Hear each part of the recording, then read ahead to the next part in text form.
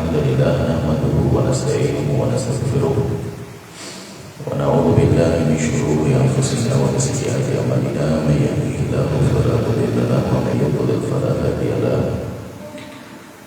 وأشهد أن لا إله إلا الله وحده لا شريك له وأشهد أن محمدا عبده ورسوله أما بعد. Sidang jemaah Bapak Ibu hadirin yang dirahmati Allah Ta'ala,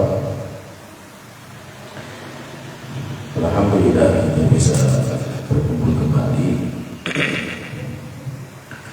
di kajian kita, kajian tafsir, dan kita masih membahas surat Al-Fatihah, dan kita sudah selesai ayat pertama dan kedua. Bismillahirrahmanirrahim. Alhamdulillahirabbil alamin. Telah kita sebutkan bahwa alhamdu artinya adalah memuji Allah yang keluar dari kecintaan dan pengagungan.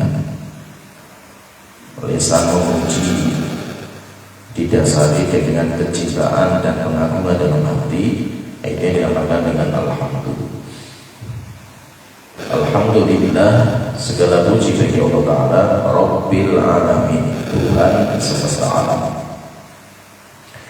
Rabb, kita sebutkan Rabb itu artinya Tuhan, dan Tuhan memiliki tiga makna konsekuensi.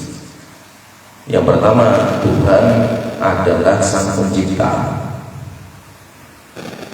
Yang pertama, jadi menciptakan sesuatu yang tidak ada sebelumnya. Kemudian kedua, Tuhan adalah Sang Pemelihara, yaitu memelihara semua yang Allah ciptakan dengan kenikmatan. Allah kasih rezeki. Kemudian ketiga, Allah atau Tuhan adalah Sang Pengatur, bahwa segala sesuatu yang terjadi karena takdir Allah Ta'ala. Jadi kalau Allah itu Tuhan, misalkan kalau kita katakan Allah Tuhan saya, misalkan kalau saya katakan seperti Allah adalah Tuhan saya, maksudnya apa? Allah yang menciptakan saya, Allah yang merawat saya dengan kenikmatan rezeki, Allah yang mengatur saya dengan takdir-takdirnya. Jadi kalimat Tuhan itu mencakup tiga itu. Kalau kita katakan Allah Tuhan alam semesta, berarti Allah yang menciptakan alam semesta, Allah yang merawat alam semesta dengan semua kenikmatan yang Allah berikan. Yang ketiga, dan Allah yang mengatur alam semesta dengan takdir-takdirnya. Nah, jadi seperti itu. Sehingga kalimat Tuhan itu mencakup tiga kata. Nah, itu kalau kita katakan, ya misalkan saya raditu billahi rabban, saya itu Allah sebagai Tuhan. Maksudnya apa? Saya itu Allah sebagai Sang Pencipta segala sesuatu yang ada, dan Allah yang merawat semua yang Allah ciptakan dengan kenikmatan. Yang ketiga, dan Allah yang mengatur segala sesuatu dengan takdirnya. Alhamdulillahirabbil alamin. Segala puji bagi Allah Ta'ala, Tuhan semesta alam. Semesta alam atau dinamakan dengan alam semesta. Jadi mau semesta alam atau alam semesta itu sama. Apa sih alam semesta itu? Alam semesta adalah segala sesuatu selain Allah Ta'ala. Pokoknya selain Allah berarti alam semesta. Selain Allah berarti alam semesta. Sehingga saya, misalkan yang saya sendiri ya, saya itu adalah alam semesta. Saya bagian dari alam semesta. Sehingga jasad saya, roh saya, perbuatan saya, sifat saya itu semuanya adalah bagian dari alam semesta. Kenapa? Karena itu bukan Allah. Ya, jadi itu bukan Allah. Nah, itu segala sesuatu selain Allah, maka itu namanya alam semesta. Berarti alam semesta itu apa? Berarti alam semesta itu makhluk. Sesuatu yang ada itu cuma satu dari dua, sang khalik pencipta atau sang makhluk yang diciptakan. Sehingga sesuatu yang ada tidak ada kecuali satu dari dua media, entah dia adalah sang pencipta atau dia adalah sang makhluk. Allah adalah sang khalik pencipta, selain Allah berarti semuanya makhluk. Tidak ada namanya sesuatu yang muncul ujuk-ujuk, sehingga konsep ujuk-ujuk itu tidak ada dalam konsep agama kita. Misalkan kayak teori-teori yang mengatakan bahwa alam semesta itu muncul langit, bumi, matahari, bulan itu mana akan, dan itu hukum alam seperti itu. Kita katakan tidak mungkin alam semesta yang sangat rapi seperti ini kalau tidak ada yang diciptakan. Pasti ada yang diciptakan, tidak mungkin. Sehingga tidak ada namanya konsep ujuk-ujuk yang ada. Maka intinya segala sesuatu yang ada, entah itu adalah sang khalik pencipta atau dia makhluk. Sehingga selain Allah berarti semuanya makhluk. Nah, makhluk ini semua ini nanti dikumpulkan dalam sebuah ruangan besar sekali, dinamakan dengan ruangan alam semesta. Jadi alam semesta itu gambaran kayak ruangan besar sekali, dan itu kumpulan makhluk. Di atasnya sebagai atapnya, nah kita jelaskan, di atapnya namanya arsh, sehingga di atas arsh tidak ada makhluk lagi. Di atas arsh yang ada cuma Allah Ta'ala. Jadi arsh, jadi yang paling tinggi, yang paling bawah neraka jahanam. Sehingga di luar itu tidak ada. Maka di atas arsh tidak ada makhluk, di bawah neraka jahanam tidak ada makhluk lagi. Jadi ruangan besar ini dinamakan dengan alam semesta. Susunannya apa? Kalau kita sebutkan di pembahasan sebelumnya, tapi kita ulang lagi sebentar. Jadi yang paling tinggi, alam semesta yang paling tinggi itu nama atau dinamakan dengan atap. Atapnya namanya saqful alam, atap alam semesta. Atapnya adalah arsh. Arsh itu singgasana Allah Ta'ala. Di atas arsh hanya Allah Ta'ala. Di atas arsh ini hanya Allah, tidak ada yang lain. Tidak ada yang lain. Nabi Muhammad pun nggak bisa nembus sampai ke sana. Tidak ada yang bisa nembus sampai ke atas singgasana Allah, nggak ada. Singgasana itu makhluk paling besar, makhluk paling tinggi. Di atas itu sudah nggak ada lagi makhluk. Singgasana Allah itu ada 8 tiang. Jadi singgasana Allah ada 8 tiang. Nanti setiap tiang ada malaikat yang menyangga. Malaikat ini terbang, malaikat menyangga, dan malaikat ini besarnya luar biasa. Malaikat terbesar yang Allah ciptakan, yang malaikat namanya Hamalul Arsy. Berarti jumlahnya ada 8. Kemudian di depan singgasana Allah ada kursi, sehingga ada namanya ayat kursi. Kursi ini apa? Kursi itu bukan tempat duduk. Kursi Allah itu bukan tempat duduknya Allah Ta'ala. Kursi Allah adalah tempat injakan kaki Allah Ta'ala. Jadi Allah bersemayam di atas arsh. Arsh besarnya luar biasa. Kemudian kaki Allah ditaruh di kursi. Kemudian di bawah itu lautan, samudra. Itu di bawah itu lautan. Maka singgasana Allah itu mengambang di atas lautan, di atas air. Itu Rasulullah bersabda dalam hadis sahih, wa kana arshuhu 'alal ma'. Singgasana Allah di atas air. Dan air ini besar sekali. Nanti di bawahnya air baru surga. Surga ada 100 derajat. Derajat yang paling tinggi namanya Firdaus. Surga Firdaus itu nanti rumahnya banyak sekali. Rumah yang paling tinggi namanya wasilah. Wasilah. Jadi wasilah adalah rumah tertinggi di surga. Kenapa kok dinamakan dengan wasilah? Wasilah itu sarana, perantara.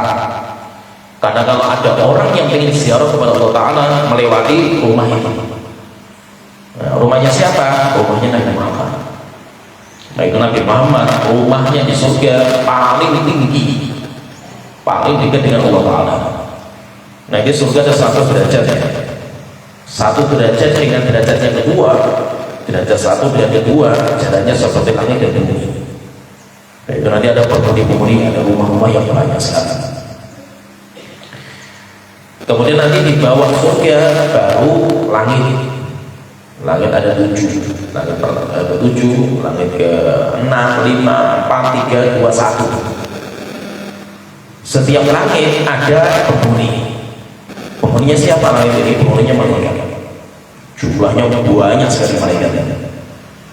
Dan setiap langit ada Ka'bah sebagai tempat kiblat malaikat ketika ibadah. Dan setiap Ka'bah ada masjid. Jadi kayak kita ada Ka'bah kemudian dikelilingi semua masjid. Nama masjidnya kalau di langit ke-7 itu namanya Baitul Ma'mur. Rasulullah pernah masuk ke Baitul Ma'mur.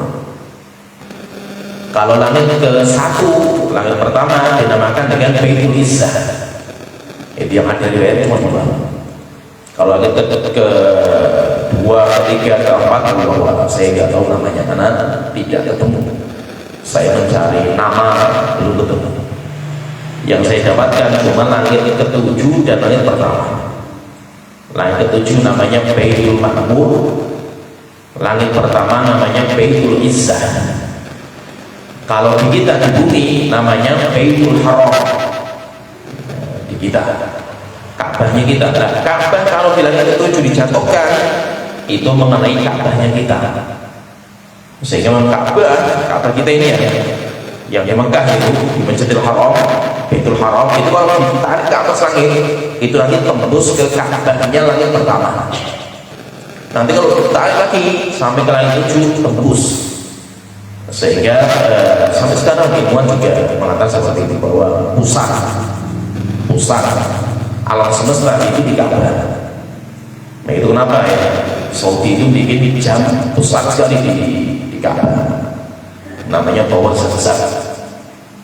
Kenapa kok ada jamnya? Itu kan penasaran negara ini. Kenapa kalau Saudi Arabia Saudi itu kan wakafnya pemerintah Saudi, Raja Abdullah TV-nya. Sehingga kalau Saudi pelebaran Masjidil Haram itu yang Tower Zam-Zam nggak akan digunakan, karena itu sudah sepakat sama raja-raja Saudi. Pertanyaan di sini, kenapa kok Tower Zam-Zam ini kan hotel-hotel besar-besar banyak sekali pas menghadap ke Ka'bah? Kenapa kok di atasnya itu ada jam? Kenapa dikasih jam? Suami jamnya besar sekali, mahal sekali bikin jamnya. Karena untuk membantah pendapat ilmuwan yang lama, ilmuwan Barat, kalau titik 0 derajatnya itu di Greenwich. Kalau kita selama ini kan derajatnya seperti itu terbantahkan. Dan banyak ilmuwan yang membantah bahwa titik 0 derajat itu bukan di Greenwich tapi di Ka'bah, karena sebagai pusat alam semesta itu diyakini sama ilmuwan. Jadi maka Saudi Arabia bikin tandingan sebagai pusat titik 0 derajat. Jadi intinya langit ini, langit itu merupakan tempat tinggalnya para malaikat. Langit ke-7, nanti ke-6. Demikian juga kalau sekarang langit itu isinya rohnya Nabi dan Rasul. Seperti Nabi Ibrahim itu dan ke-7, Nabi Musa langit ke-6. Jadi seperti itu. Sampai langit pertama. Nah, langit pertama ini setiap langit ada pintu gerbang. Tidak bisa seorang pun masuk ke dalam langit kecuali dapat izin dari Allah Ta'ala.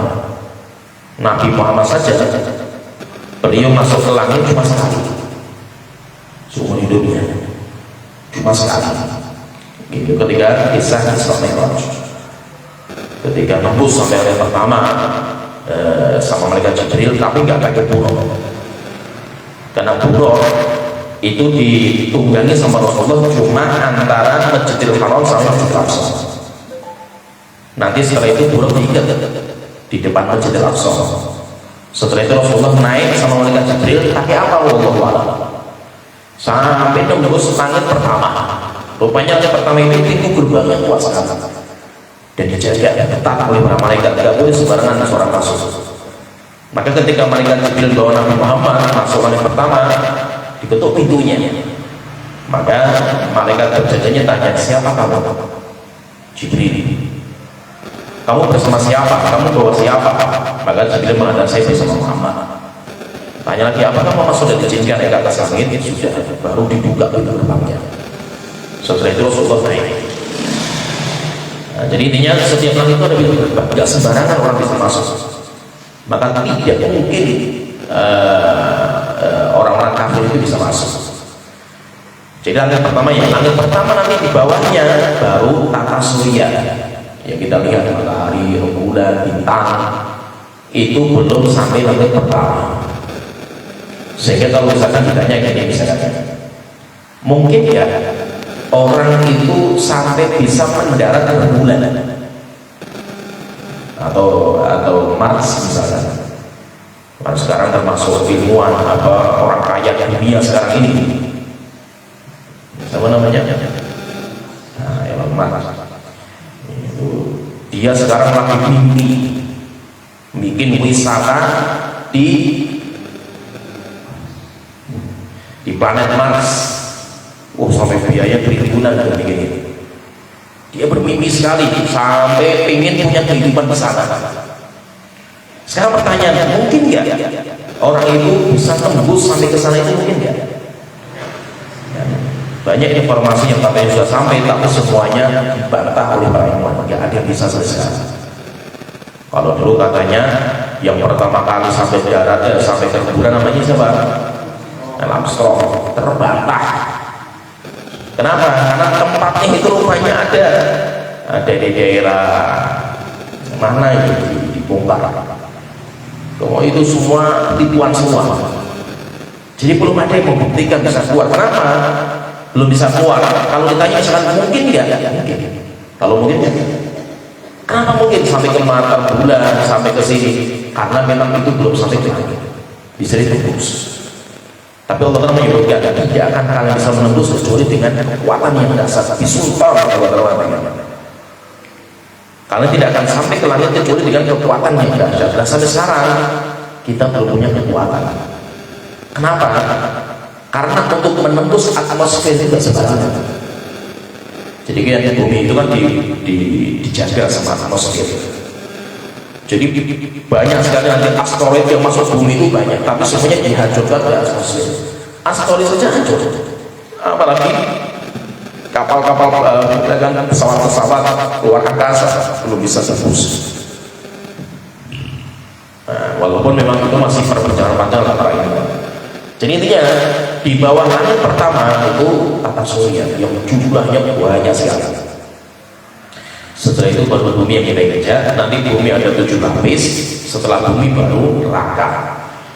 Entah nanti akan banyak sekali tingkatan-tingkatannya. Nanti yang paling di bawah namanya neraka jahanam. Sampai nanti di dasarannya itu neraka itu tanahnya. Nah, itu kumpulan air. Jadi darah, nanah, keringat, penghuni neraka itu nanti berkumpul di bawah. Nanti orang neraka itu kalau mau minumnya dari air itu. Apa airnya itu? Yang kumpulan bawah itu namanya resak. Resak. Jadi nanti minuman penghuni neraka itu ada 2. Ada namanya hamiman wa resak. Yaitu hamim itu minuman yang panasnya luar biasa. Sehingga kalau diminum khususnya keluar bocor khususnya saking panasnya. Kemudian kedua puncak dingin. Jadi minumannya itu minuman puncak panas dan minuman puncak dingin. Kalau puncak dingin itu namanya resak, campuran keringat, kemudian nanah, darah, penghuni neraka itu nanti kalau di bawah, nah itu nanti dinginnya luar biasa. Nah itu semua ini ruangan ini semua dinamakan dengan alam semesta. Nah itu kita itu semuanya wallahu khalaqakum wa ma ta'malun, kata Nabi Ibrahim. Allah menciptakan kalian dan perbuatan kalian, sehingga semua kita adalah alam semesta. Mau jasad kita, mau perbuatan kita, mau sifat kita, semuanya alam semesta. Nah sekarang kita masuk di ayat berikutnya, di ayat ketiga. Ar-Rahman Ar-Rahim. Allah yang maha penyayang, pengasih, lagi maha penyayang. Dulu pernah kita sebut sedikit ya tentang Ar-Rahman Ar-Rahim. Kalau di terjemahan, kalau Bapak Ibu nanti baca terjemahan Al-Quran, seringnya Ar-Rahman Ar-Rahim itu diterjemahkan dengan yang maha pengasih, maha penyayang. Pengasih dan penyayang. Bisa nggak diterjemahkan yang seperti itu? Nggak bisa. Begini, terjemahannya salah. Pertanyaan terus, apa yang benar? Nggak ada. Nggak ada yang benar. Kenapa? Karena kalimat Ar-Rahman Ar-Rahim nggak bisa diterjemahkan. Seperti kalimat Alhamdulillah. Alhamdulillah kita sebutkan ya, Alhamdulillah itu nggak bisa diterjemahkan dengan bahasa translate. Maka menerjemahkan dengan segala puji salah. Kenapa? Karena Alhamdulillah itu nggak cuma puji saja. Puji itu banyak sekali dalam bahasa Arab. Pujian apa? Alhamdulillah itu pujian yang didasari dengan rasa cinta dan pengagungan. Itu namanya baru Alhamdulillah. Sehingga nanti pujian itu macam-macam. Ada namanya syukur, ada namanya tanah, ada namanya al-majid, macam-macam dalam bahasa Arab. Tetapi kalau alhamdulillah mesti milik Allah Ta'ala. Kenapa? Karena pujian yang muncul karena cinta dan pengagungan itu hanya untuk Allah Ta'ala. Nah itu untuk menerjemahkan alhamdulillah segala puji itu benar. Terus yang benar apa? Tidak ada. Karena bahasa kita tidak ada yang sama dengan alhamdulillah. Demikian juga kalimat Ar-Rahman Ar-Rahim, nggak ada bahasa Indonesia yang menyamai kalimat Ar-Rahman Ar-Rahim, itu tidak ada. Yaitu yang menyamai itu sampai maknanya ya, menyamai sampai maknanya. Karena banyak kalimat yang terkadang di Indonesia itu nggak bisa, ini masanya apa gitu. Terjemahnya itu nggak bisa, salah terjemahnya itu. Bahasa Jawa saja itu terkadang kalau diterjemahkan itu bingung kita ini apa ya terjemahnya itu. Misalkan kalau bahasa ini bahasa Jawa ya, ada bahasa Jawa namanya picek. Picek itu terjemahnya apa ya misalnya? Kalau buta satu, PC. Nah, kalau PC apa terjemahnya? PC. Seperti Dajjal itu awar. Rasulullah mengatakan Dajjal itu awar. Awar ini apa? Buta satu. Bukan si mata satu gitu. Salah sekali Dajjal itu matanya satu di tengah ini. Bukan gitu. Dajjal itu matanya dua, yang satu buta. Orang kalau matanya satunya buta, namanya apa? PC. Picek. Terus bahasa saya apa? Nggak ada, bahasa Indonesia nggak ada. Contohnya lagi misalkan saya dulu itu pernah cari terjemahan apa yang kayak nggak ada yang benar. Ketika penghuni surga, penghuni neraka jahanam sudah pada masuk, Allah panggil, hai penghuni surga, hai penghuni neraka, fayasra'ibun. Jadi kalau yasra'ibun itu gini, mereka itu belongok apa belongok itu nggak tahu ini belongok atau jadi gini, kalau saya itu di atas jendela, lihat kayak gini nih, ngelongok apa? Belongok. Sekarang saya tanya, ngelongok ini bahasa Indonesia apa? Bahasa Indonesia apa ini? Mengintip kayak gini, ngintip.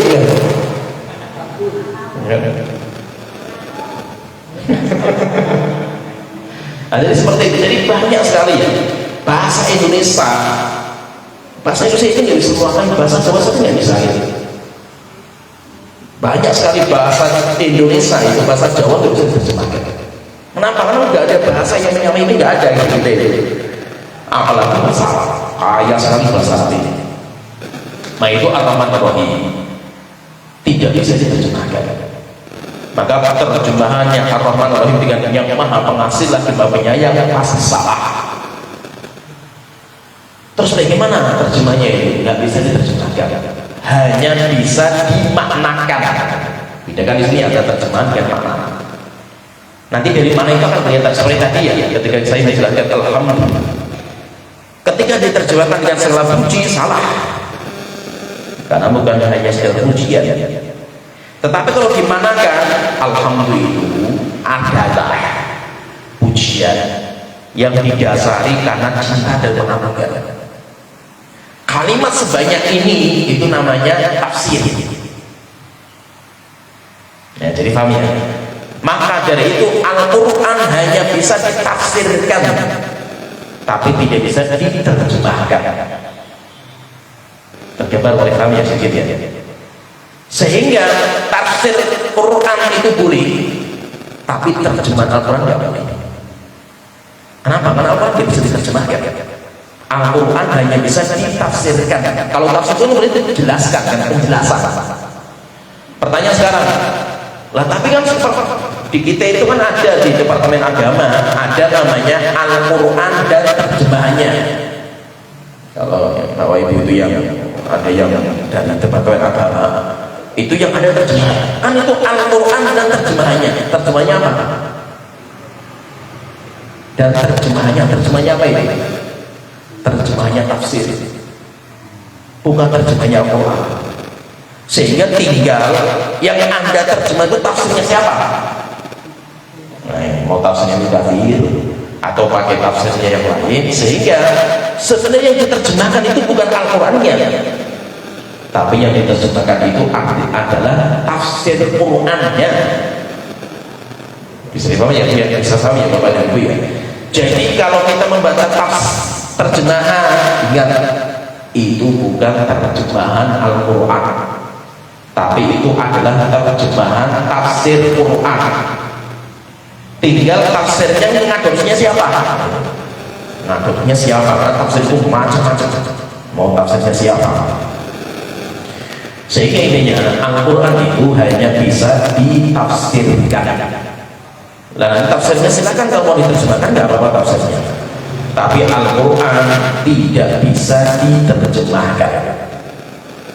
Kenapa tidak diterjemahkan? Karena kalau terjemah itu translate ya. Kata ini kalau bahasa Indonesia kayak gini. Kata ini pemakaian dalam bahasa Indonesia seperti ini. Nah, itu nggak ada di bahasa kita.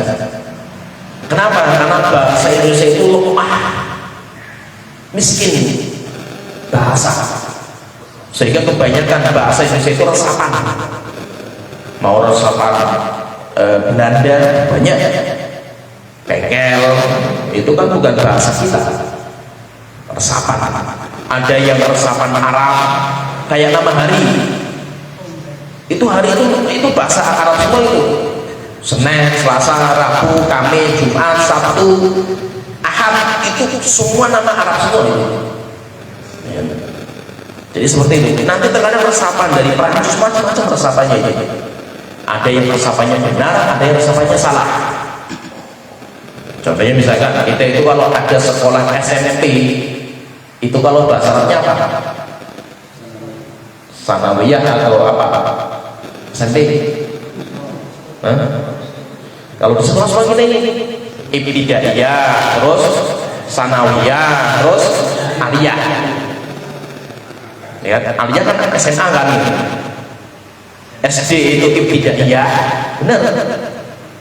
SMP itu Tanawiyah. Nah ini biru. Di Arab itu kalau SMP itu namanya bukan Ibtidaiyah Tanawiyah, Tanawiyah itu SMA. Ustor. Jadi nanti ada Ibtidaiyah, kemudian ada Ustor, kemudian setelah itu nanti ada Tanawiyah, Tanawiyah itu SMA. Aliyah perguruan tinggi. Nah, jadi kan keliru. Seperti misalnya resapan minal aidin wal faizin, artinya apa? Mohon maaf, lain batin dari mana? Mohon maaf, lain batin salah kaprah gitu. Nah, jadi terkadang banyak bahasa resapan itu tidak tepat. Nah, jadi seperti itu. Jadi bahasa Indonesia itu bahasa yang lemah sekali, sehingga kosakatanya terlalu sedikit. Bahasa Jawa banyak sekali kosakatanya. Itu saja bahasa Jawa yang banyak sekali tidak bisa mewakili bahasa Arab. Bahasa Arab lebih kaya lagi. Nah, jadi intinya memang terjemahan Al-Quran itu tidak mungkin, karena terlalu kaya, bahasa Arab ini terlalu kaya. Maka bahasa Arab itu hanya bisa diterjemahkan, hanya bisa ditafsirkan. Makanya diterjemahkan itu aslinya bukan Al-Qurannya, yang ditafsirkan itu, yang diterjemahkan itu adalah tafsirnya. Tinggal mau pakai tafsir siapa. Nah di sini Ar-Rahman Ar-Rahim artinya apa sih? Ar-Rahman Ar-Rahim itu artinya sama-sama zat yang memiliki rahmat. Cuma yang membedakan itu cakupan rahmat. Maka saya gambarkan dulu. Sehingga kita artikan yang maha pengasih lagi maha penyayang itu salah, tapi artinya apa? Kan bisa diartikan, hanya bisa dimaksudkan. Jadi gini ya, ini sedikit saya belajar bahasa Arab. Ini adanya cuma bahasa, saya tahu kalau bahasa Yaman ada nggak? Kalau bahasa Indonesia nggak ada. Di bahasa Arab itu indahnya bahasa Arab ini ada namanya pecahan kata. Ya tahu kalau bahasa Inggris ada namanya pecahan kata. Jadi gini, kata aslinya satu kata, sajadah itu sujud. Tapi nanti banyak sekali pecahannya. Ini namanya kalau kita belajar shorof namanya i'rab, tasrifat, sajadah yasjudu, sujudun, sajidun, masjudun, dan yang lainnya gitu. Dari kalimat sajadah itu nanti terpecah menjadi banyak sekali. Sajadah itu fi'il madhi, kata kerja yang lampau. Yasjudu, kata kerja yang gorek, yang akan datang. Sujud itu masdarnya. Sajidun, orang yang sujud. Masjudun, disujudi. Masjidun, tempat sujud. Ya itu jadi ini. Jadi kalimat satu kalimat ini macam-macam nanti. Ini pakainya kayak gini, tergantung namanya. Kalau dalam ilmu sharaf itu namanya wazn. Wazn itu timbangannya. Mau timbangan apa? Nah di sini yang kita bahas di sini itu kalimat rohimah. Rohimah itu penyayang, memiliki rahmat. Itu nanti pecahnya banyak sekali. Rohimun yang menyayang, marhumun yang dirahmati, yang disayang, rahmatun kesayangan, kan macam-macam itu. Lah di sini Ar-Rahman dan Ar-Rahim sama itu. Aslinya dari kalimat rohimah. Berarti Ar-Rahman Ar-Rahim artinya itu aslinya zat yang memiliki rahmat. Tergambar nggak paham nggak apa-apa juga karena ini bahasa Arab. Nggak paham. Jadi aslinya itu kalimat Ar-Rahman Ar-Rahim sama, diambil dari satu kata namanya rohimah. Rohimah itu artinya rahmat. Rahmat itu artinya apa? Sayang. Rahmat itu artinya sayang kalau bahasa kita. Berarti kan zat yang menyayangi. Cuma bedanya di sini bentuk sayangnya itu apa? Itu nanti membedakan antara Rahman dan Rahim. Bentuk sayangnya itu berbeda. Jadi kalimat saya ini saya contohkan, yang lain biar saya tergambar saja. Di Al-Quran itu ada nama Allah, diambil dari kalimat sama, kalimatnya Ghafaro. Ghafaro itu mengampuni. Tapi zat yang maha pengampun itu ada dua di Al-Quran. Yang pertama dinamakan dengan Ghafir, sehingga ada surat namanya surat Ghafir. Yang kedua ada namanya Ghaffar. Innahu kana ghaffara. Allah itu maha pengampun. Di sini ada namanya Ghafir, ada namanya Ghaffar, sama-sama Ghaffar ini pengampun. Beda nggak? Sama zat yang memiliki pengampunan, tapi bentuk pengampunannya berbeda. Bedanya apa? Kalau Ghafir bisa sekali dua kali. Tapi kalau maha pengampun, maha penyayang, maha itu dari mana? Atau saya tanya bisa gak? Maha itu artinya apa sih?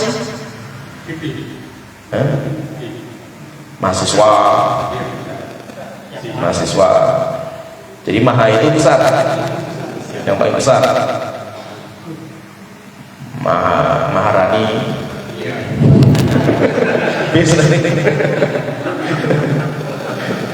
Jadi kalimat mesti nama Allah itu yang maha pencipta, yang maha penyayang, yang maha pengampun. Mesti kenapa kok ada mahanya?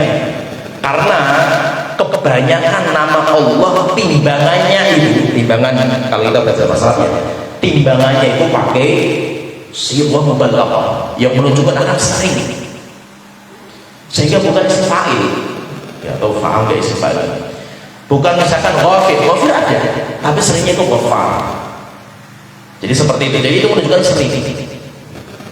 Jadi ini di sini ini yang perlu saya sebutkan ini, Ar-Rahman Ar-Rahim itu artinya sama, zat yang memiliki rahmat. Cuma perbedaannya apa? Cakupan rahmat, bentuk rahmatnya itu berbeda. Bedanya apa? Bedanya ada 5. Tapi nggak saya sebutkan semuanya, saya sebutkan beberapa saja. Bedanya apa sih Ar-Rahman Ar-Rahim ini? Bedanya apa? Yang pertama, kalau Ar-Rahman, rahmat Allah yang diberikan kepada semua makhluk, mau manusia, malaikat, binatang, semua dapat rahmat Allah dari nama Ar-Rahman. Sedangkan Ar-Rahim, rahmat Allah khusus diberikan hanya orang yang paling Allah cintai, tidak sembarangan. Sehingga Rahim, rahmat Allah diberikan kepada siapa? Hanya bagi penghuni surga. Selain itu tidak ada. Hanya manusia pilihan saja yang masuk surga baru dikasih rahmat Allah, namanya Rahim. Sedangkan rahmat yang Rahman itu semuanya dapat. Ini cakupan rahmatnya berbeda. Sekarang saya tanya, berarti sekarang saya tanya, orang kafir itu mendapatkan rahmatnya? Atau pertanyaannya, penghuni neraka itu mendapatkan rahmat Allah enggak? Dapat. Orang kafir dapat rahmat ya? Dapat. Kok bisa? Dan mereka nanti disiksa sih di neraka jahanam kekal selama-lamanya kan? Nah, maka kita katakan orang kafir itu dapat rahmat tapi nggak dapat rahmat. Nah, orang kafir itu atau penghuni neraka atau iblis, setan sekalipun, mereka dapat rahmat tapi nggak dapat rahmat. Maksudnya apa? Dapat rahmat tapi nggak dapat rahmat. Mereka dapat rahmat dari nama Ar-Rahman, tapi mereka tidak mendapatkan rahmat dari nama Ar-Rahim. Tergambar ya, saya ya. Kenapa? Karena tadi saya sebutkan Ar-Rahman, rahmat Allah yang luas diberikan kepada siapa makhluknya, supaya makhluk dapat semua. Cakupannya luas sekali, rahmat itu luas sekali. Sedangkan Rahim, rahmat Allah khusus yang diberikan hanya siapa yang Allah cintai. Maka berarti orang kafir tidak mendapatkan rahmat Allah dari nama Rahim, karena itu khusus. Difahami ini perbedaan yang pertama. Nanti dari perbedaan ini nanti coba terjemahan yang kena apa? Pusing nggak gitu? Karena bisa selesai. Ini perbedaan yang pertama. Yang kedua, Rahman, rahmat Allah bicaranya itu kuantitas. Sedangkan Rahim, rahmat Allah bicaranya kualitas. Jadi ini perbedaan yang kedua. Pasti gini. Rahmat Allah dalam cakupan nama Rahman banyak, bicaranya kuantitas kan banyak sekali jumlahnya. Tapi rahmat yang murah, biasa. Sedangkan rahmat Allah dalam dari nama Ar-Rahim jumlahnya sedikit tapi mahal, spesial gitu. Bisa dipahami ya, bagaimana ya, paham ya? Barang itu kalau terlalu banyak harganya murah,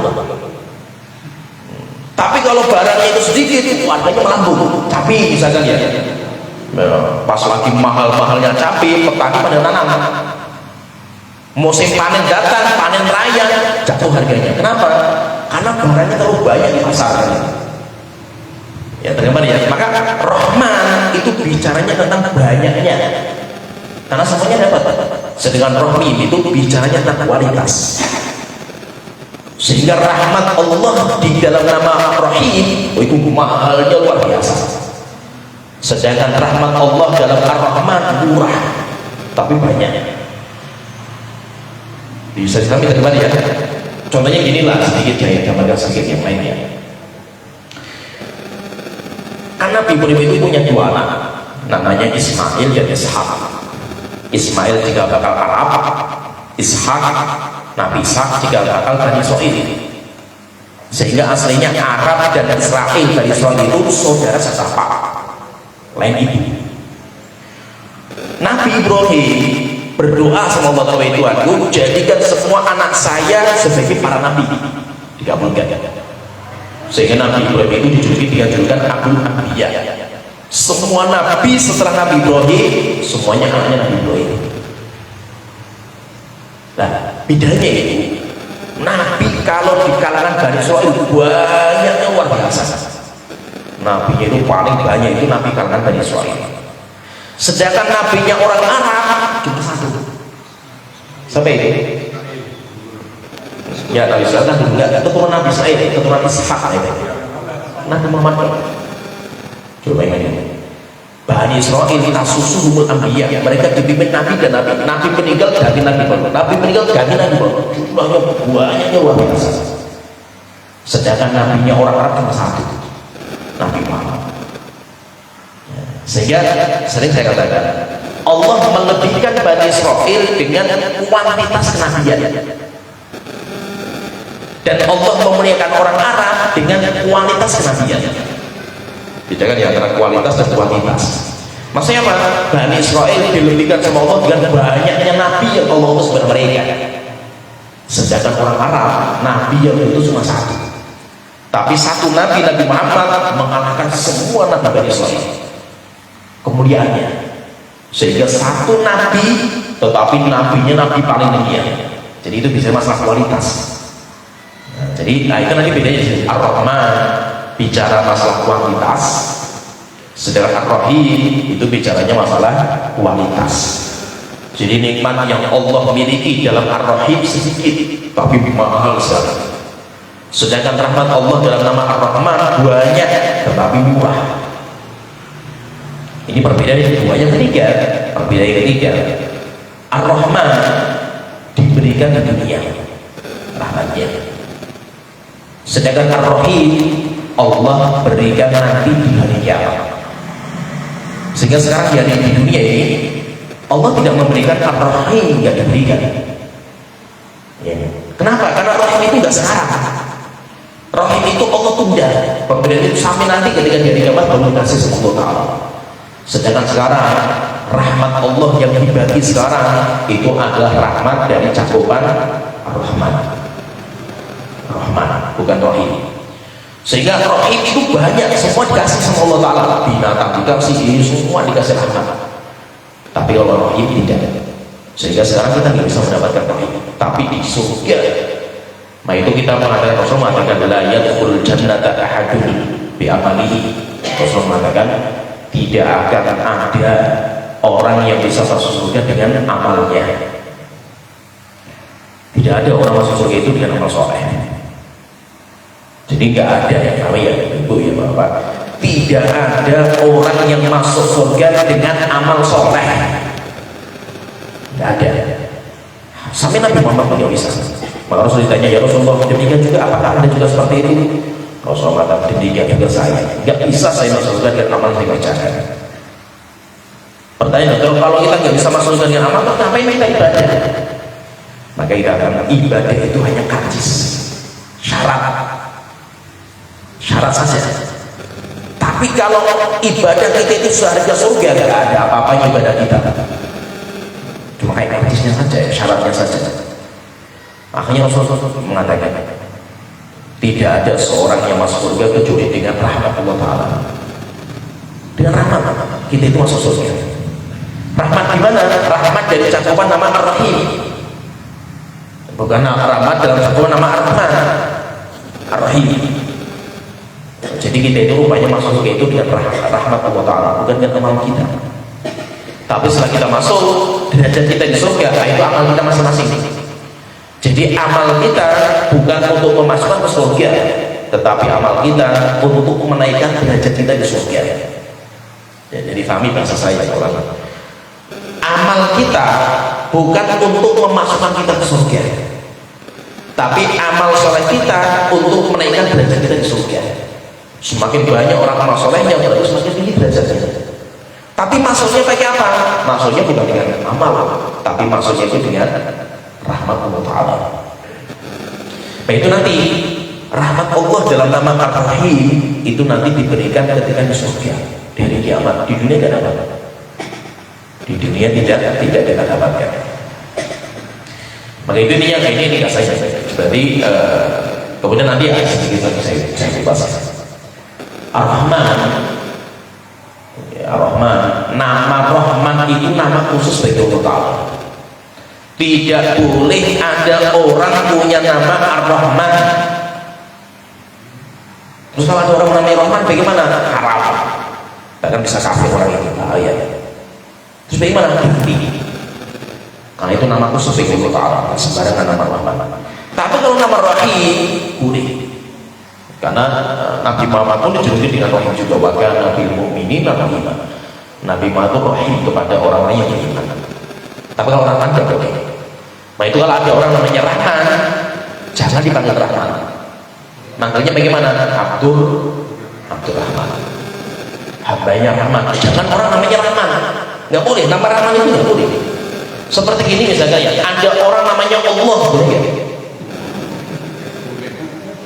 Namanya Allah, lagi marah sama anaknya namanya Allah, dimarahin misalnya, nggak boleh, nggak sopan. Nama Allah.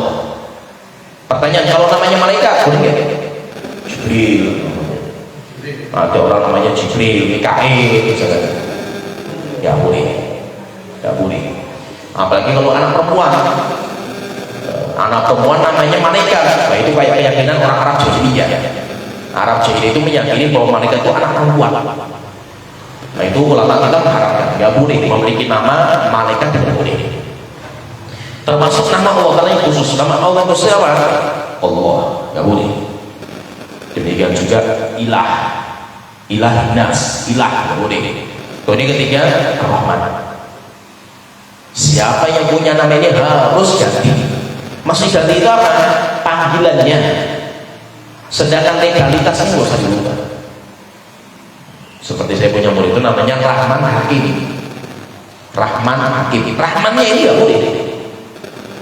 Namanya itu nggak Muhammad Rahman Hakim. Nah, Rahmannya itu nggak boleh. Kecuali kalau namanya Abdurrahman Hakim, nah itu nggak apa-apa. Karena Abdurrahman Hakimnya kan. Nah, terus bagaimana Ustaz ini sudah dari kecil namanya itu sudah legalitasnya KTP semuanya kayak gitu. Nggak apa-apa, nggak usah dirubah legalitasnya. Yang penting jangan dipanggil Rahman. Rahman itu nggak boleh.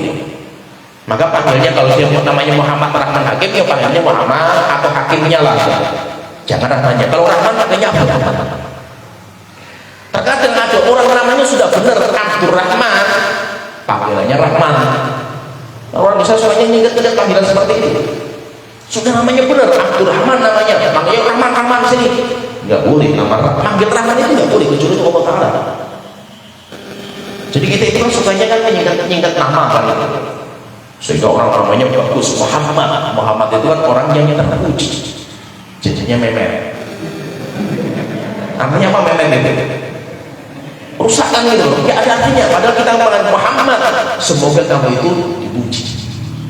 Nah, jadi seperti ini. Abdullah, supaya kamu menjadi hamba Allah kan itu. Makanya dolah, dol kan. Rusak jadi dol kan. Dol itu nama kelebihnya Rasulullah. Rasulullah itu punya kelebih namanya dol. Rusak jadi orang besar seperti itu. Namanya sudah bagus, panggilannya rusak semua gara-gara panggilan, karena sukanya menyingkat orang desa itu.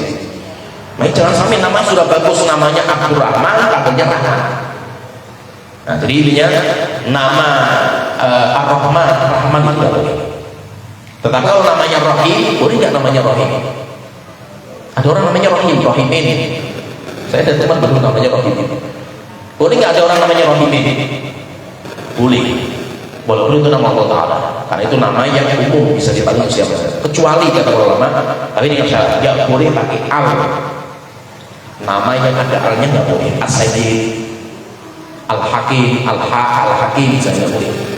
Atau Ar-Rahim, makanya As-Sayyid ya boleh. Tapi kalau mainan Sayyid ya apa? Atau namanya Rahim ya apa? Tapi kalau Al-Malik, nah itu nggak boleh. Karena Al-Malik itu nama Allah Ta'ala. Jadi kalau nama Allah tidak boleh pakai Al. Kalau pakainya Al, nah itu nggak boleh karena menyamai Allah Ta'ala. Intinya di sini, kita pembahasan di sini tentang masalah Ar-Rahman Ar-Rahim. Jadi dari pemaparan saya tadi, berarti Ar-Rahman Ar-Rahim itu artinya sama-sama zat yang memiliki rahmat. Cuma bedanya di cakupan rahmat. Bedanya apa? Kalau rahmat Allah dalam Ar-Rahman untuk semua makhluk, kalau rahmat Allah dalam Ar-Rahim khusus orang makhluk yang Allah cintai saja. Nggak semuanya dapat. Yang pertama, yang kedua, Ar-Rahman, rahmat Allah bicara tentang kuantitas banyak. Sedangkan Rahim, rahmat Allah bicaranya tentang kualitasnya sedikit tapi mahal. Kemudian yang ketiga, Rahman diberikan di dunia, sedangkan Rahim nanti diberikan ketika di surga.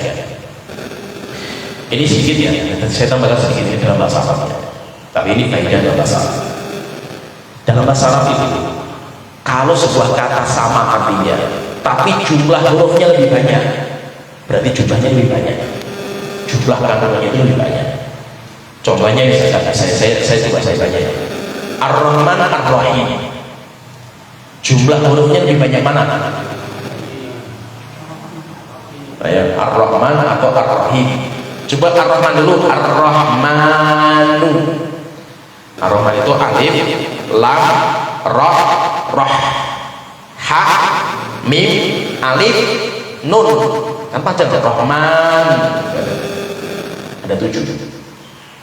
Sekarang kalau Ar-Rahim, alif, lam, ra, ha, ya, mim, 6.